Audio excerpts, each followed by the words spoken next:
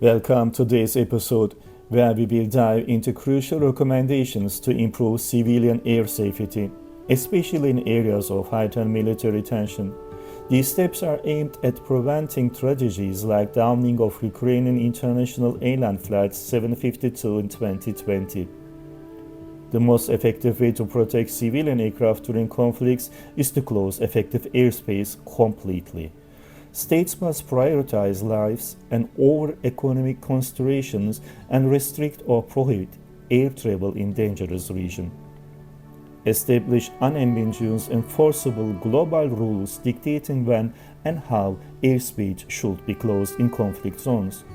This ensures accountability and uniform application across nations. If a country chooses to keep its airspace open during conflicts, it must justify the decision with concrete evidence that the airspace is safe for civilian use. Organizations like the International Civil Aviation Organization (ICAO) should actively monitor and recommend airspace closures during high-risk situations. A centralized body could provide consistent, timely guidance to mitigate risks. Governments and airlines must proactively share information about potential threats. This includes issuing notice to airmen NOTAMs and providing detailed risk assessments to all relevant parties, including passengers. Airlines should adopt rigorous risk assessment protocols and publicly disclose the flight paths. Transparency and accountability are essential to ensure passengers' safety. Establish an independent global body to evaluate and disseminate air safety information related to conflict zones.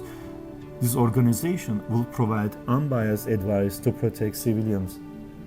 In case where a civilian aircraft is attacked, the responsibility state should not lead the investigation. Instead, a panel of independent international experts should oversee these inquiries to ensure impartiality and justice. States responsible for attacks must acknowledge their actions, provide compensation to victims, and involve affected families in the investigative process. If they fail, the international community should consider sanctions. Countries must collaborate to improve air safety standards and share critical information overcoming political and economic barriers.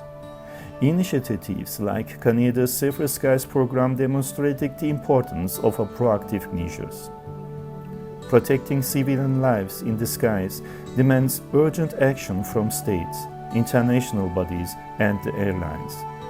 The lessons from the past tragedies like Ukraine International Airlines Flight 752 and Malaysian Airlines Flight 17 make it clear that the safety of passengers must come before profit or politics. By implementing these recommendations, we can ensure safer skies for all. Thank you for listening.